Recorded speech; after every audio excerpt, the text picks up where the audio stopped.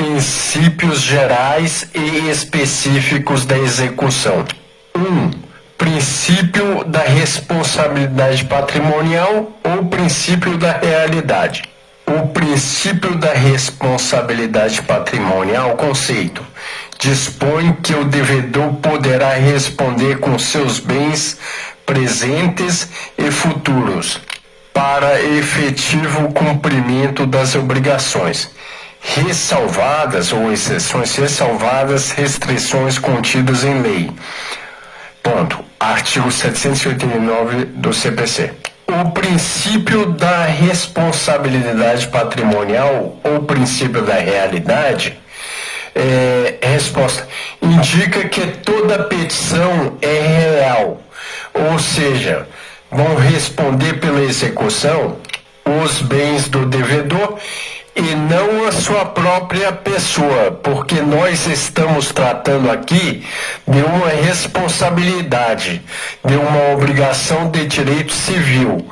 Nós não estamos tratando de execução penal, nós estamos tratando de execução civil. Ainda no princípio da responsabilidade patrimonial ou princípio da realidade, diz: no âmbito do direito e da execução civil, via de regra, o que vai responder pela obrigação do devedor pode ser uma obrigação de pagar algo, obrigação de fazer algo, obrigação de não fazer algo, obrigação de entregar algo. Não vai ser o próprio devedor, não vai ser o seu corpo, vai ser o seu bem, vai ser o seu patrimônio. De regra, a responsabilidade patrimonial é o princípio que vai reger a execução civil, com exceção para o caso da pensão de alimentos.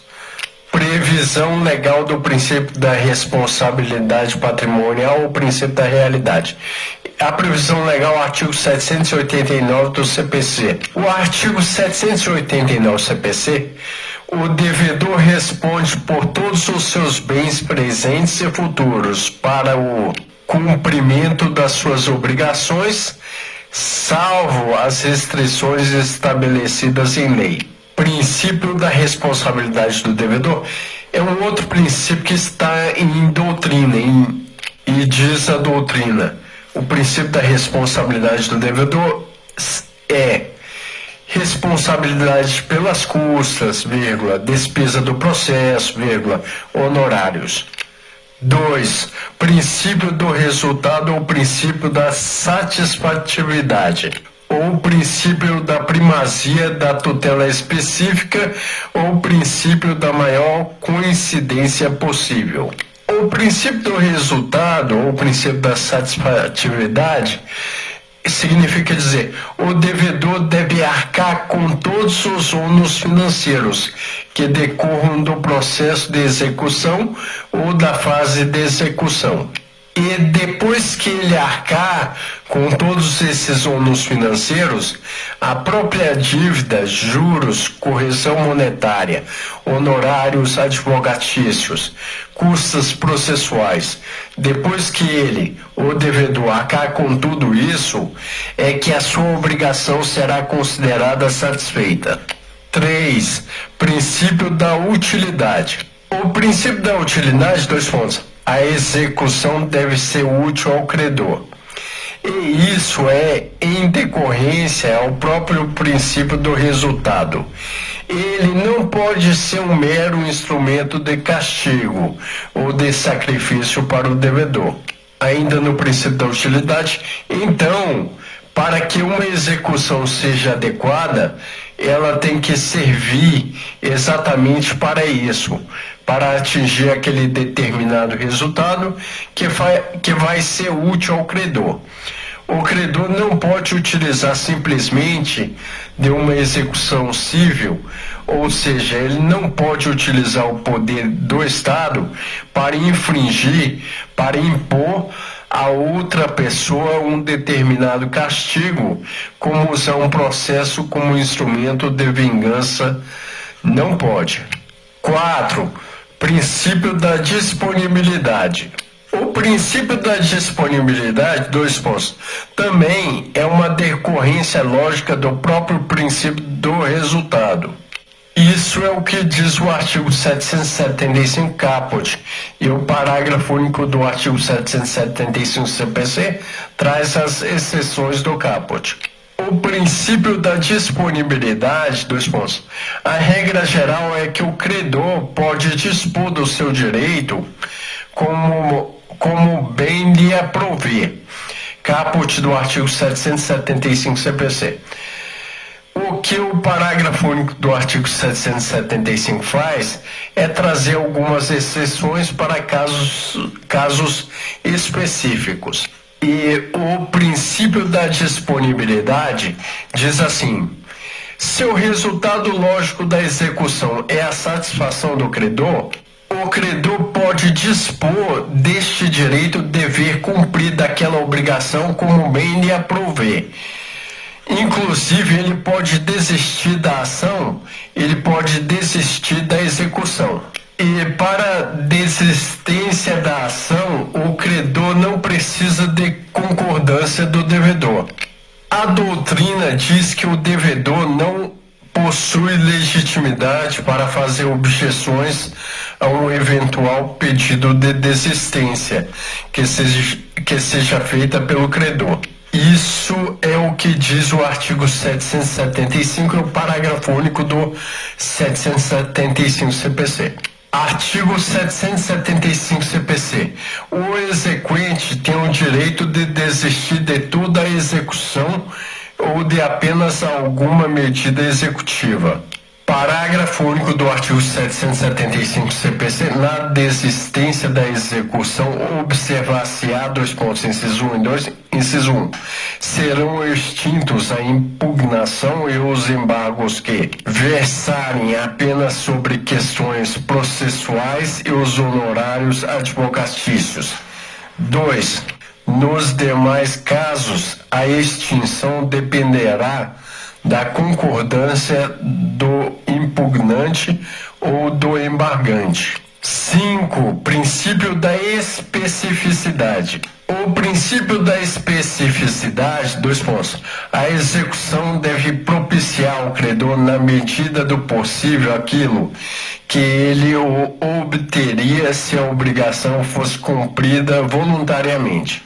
Então, diz que é permitida a substituição da prestação devida pelo equivalente em dinheiro, ou seja, é possível obter aquela prestação ou quando há recusa na prestação, de fato, excepcionalmente. E aí a lei dá ao juiz, inclusive, instrumental para assegurar que se ele, por exemplo, uma obrigação de fazer algo ou de entregar uma determinada coisa, a lei dá ao juiz a possibilidade dele adotar as medidas que façam resultar neste resultado, que eu quero aqui especificamente naquele resultado, entre parênteses, princípio da especificidade, fecha parênteses. E nós vamos ver quais são as medidas que o juiz pode adotar quando a gente estiver estudando extrajudiciais. 6. Princípio da adequação. O princípio da adequação, dois pontos.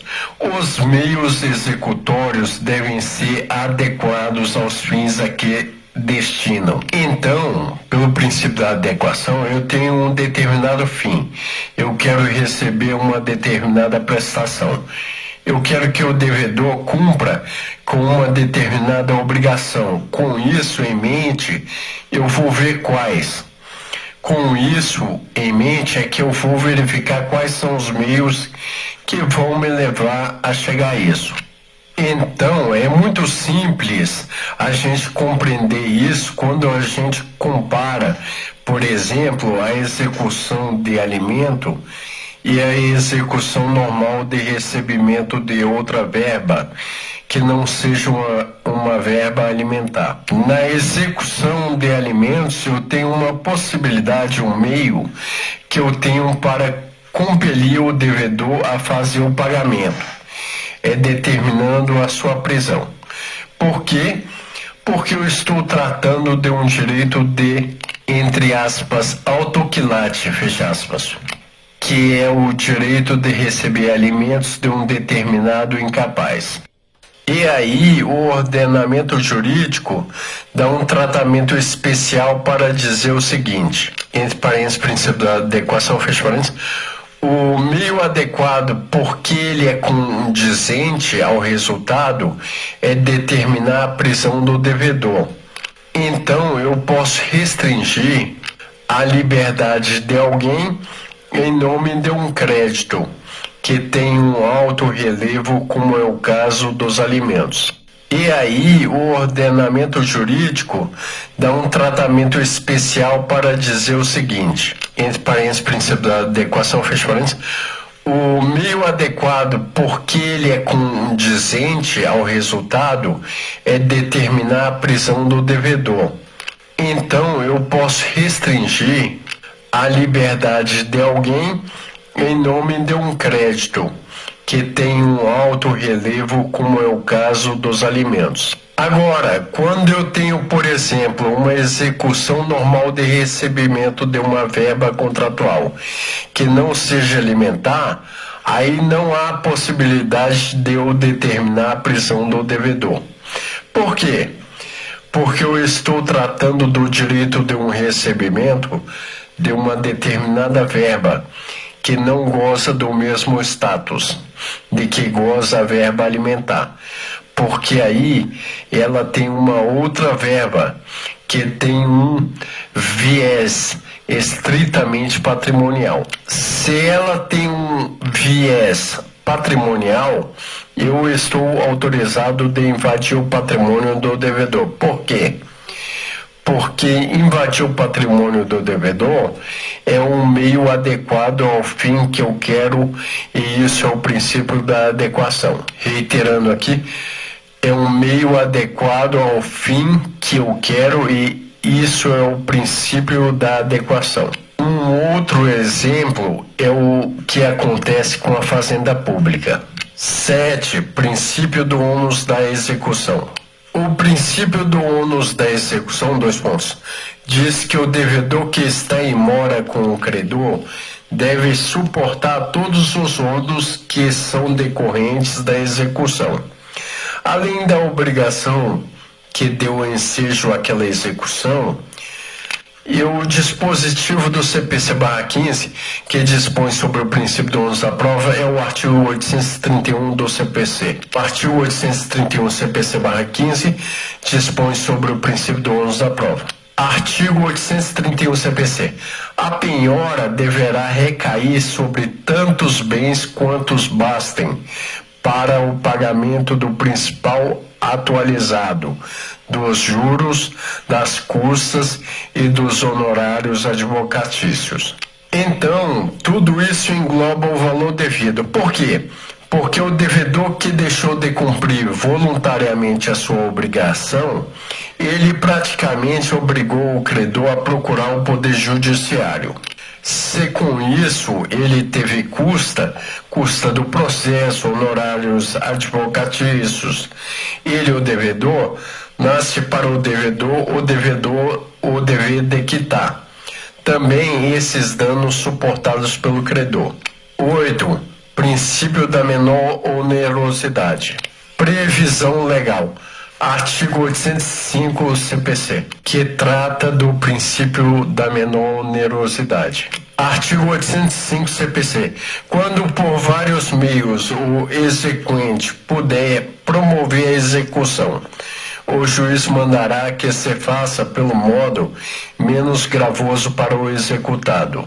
Parágrafo único do 805 CPC. Ao executado que alegar ser a medida executiva mais gravosa, incumbe indicar outros meios mais eficazes e menos onerosos, sob pena de manutenção dos atos executivos já determinados. Na possibilidade de mais de um meio de satisfação do interesse do credor, o juiz mandará que ocorra da forma menos gravosa ao devedor. Então, se eu tiver vários bens que eu possa penhorar, por exemplo, eu vou penhorar aquele que seja eficaz para levar à satisfação do crédito que cause a menor onerosidade. Essa é a regra estabelecida no artigo 805 do CPC/15. Quem tem o ônus de demonstrar isso é o devedor. O credor não tem o meio de saber qual é o meio menos oneroso. Nesse princípio da menor onerosidade, ele serve para proteger o devedor. E o parágrafo único do artigo 805 do CPC diz: é o devedor que deve alegar e que deve comprovar que aquela medida é a mais gravosa, que há outras medidas que podem ser menos gravosas. 9. Princípio do desfecho único. No princípio do desfecho único, na execução, só há um único desfecho esperado. É a satisfação do direito do credor. O adimplemento da execução, que a obrigação seja adimplida. Princípios gerais da execução. 10. Princípio da efetividade. E no princípio da efetividade, a doutrina fala que o devido processo legal é um processo efetivo, ou seja, é um processo que, ao final, a gente pode entregar àquela pessoa que tem o direito, o seu direito. E o princípio da efetividade é aquele princípio que comanda o juiz, o gestor do processo, a executar o direito, a conceder o direito de uma forma eficaz. E no princípio da efetividade, isso é doutrina, da cláusula geral do devido processo legal, podem ser extraídos todos os princípios que regem o direito processual conforme visto. Fred Didier Júnior. Dela também se extrai o princípio da efetividade. Os direitos devem ser, além de ser reconhecidos e efetivados. Fred Didier Júnior. 11. Princípio do contraditório. O princípio do contraditório, é contestar, é contradizer, é contrariar. Sobre o princípio do contraditório, diz 4 itens aqui. A. Direito ao contraditório é o direito de ser ouvido. B. É direito de acompanhar os atos processuais. C. É direito de produzir provas. D. É direito à motivação das decisões judiciais. 12. Princípio da boa-fé processual cooperativa. No princípio da boa-fé processual cooperativa, as partes têm que ser justas e honestas. Reiterando, as partes têm que ser justas e honestas. O artigo 5º do CPC de 2015 extrai o princípio da boa-fé processual.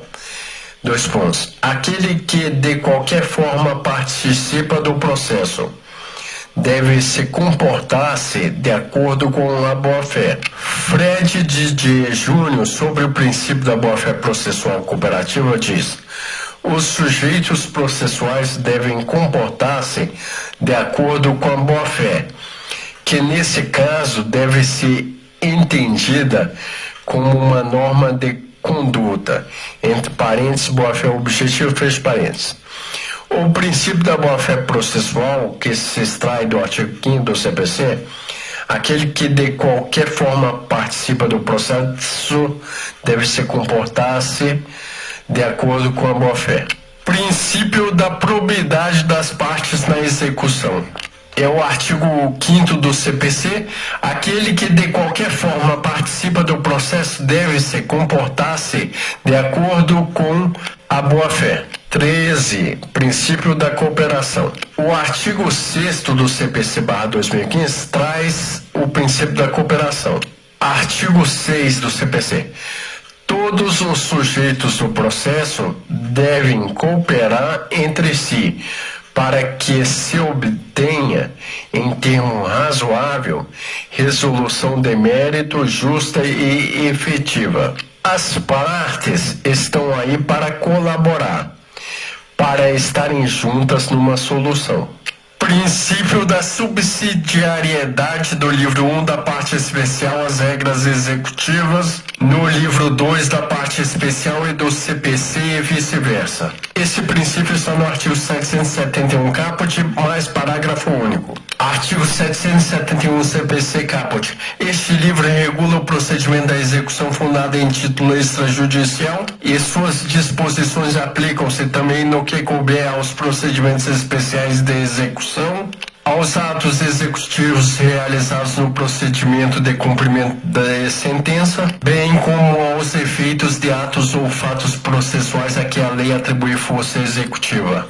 Parágrafo único do 771 CPC. Aplicam-se subsidiariamente à execução as disposições do livro 1 da parte especial. Princípio da autonomia do processo de execução. No princípio da autonomia do processo de execução, desde a edição da Lei número 11.232 de 2005, apenas a execução por título extrajudicial implica a formação de um processo autônomo, e a de título judicial, quando este for sentença arbitral, estrangeira ou penal condenatória. Nos demais, haverá mera fase de cumprimento de sentença e a execução formará um conjunto unitário com o processo antecedente, denominado processo sincrético.